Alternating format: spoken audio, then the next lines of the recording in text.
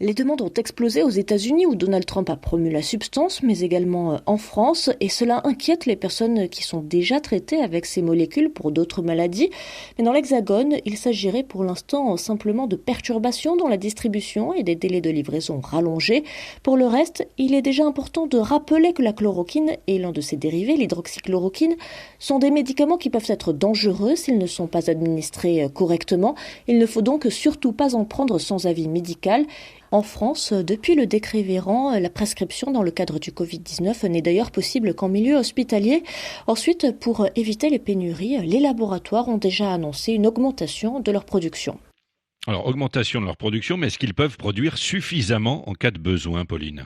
Tous les experts ne sont pas d'accord sur cette question et des zones d'ombre demeurent, mais Frédéric Bizard, économiste de la santé, estime qu'il n'y a pas de raison de s'inquiéter. C'est une vieille molécule qui a été utilisée pour le paludisme depuis plus de 50 ans. Donc, il y a des capacités de production qui sont importantes parce que d'abord, c'est une molécule qui est dans le domaine public. Donc, vous n'avez pas du brevet et toute société pharmaceutique peut donc en théorie la produire. C'est une production simple et il y a des gros laboratoires comme Milan ou comme Teva qui font du générique et qui savent produire très rapidement ce type de produit. Des usines en Asie, bien sûr, mais pas que.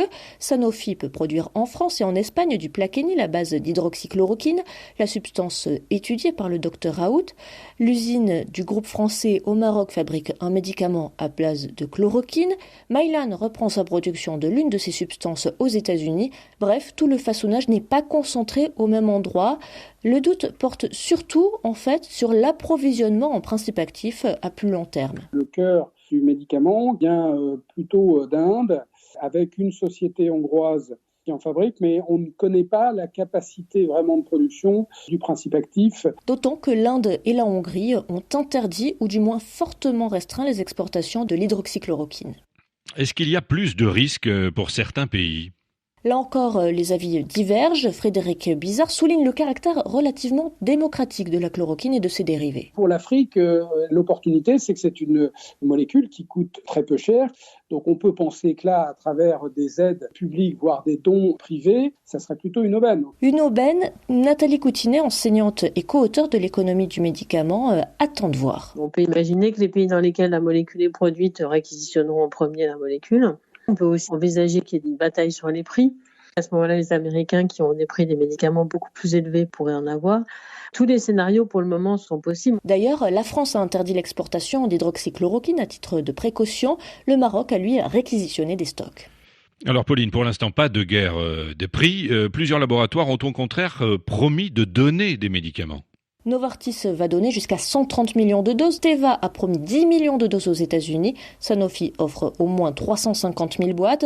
Alors pourquoi cette générosité ? Sanofi assure vouloir simplement apporter sa pierre à l'édifice.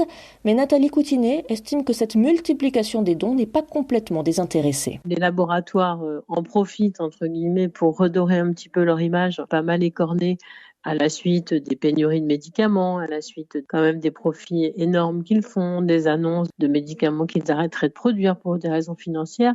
Ça, c'est sans doute la raison. En plus, c'est une belle opération de communication à un coût peu élevé, en fait. En tout cas, parier sur une augmentation de la production avant même d'avoir confirmation des études, cela représenterait un risque contenu, les médicaments étant prescrits pour soigner d'autres maladies.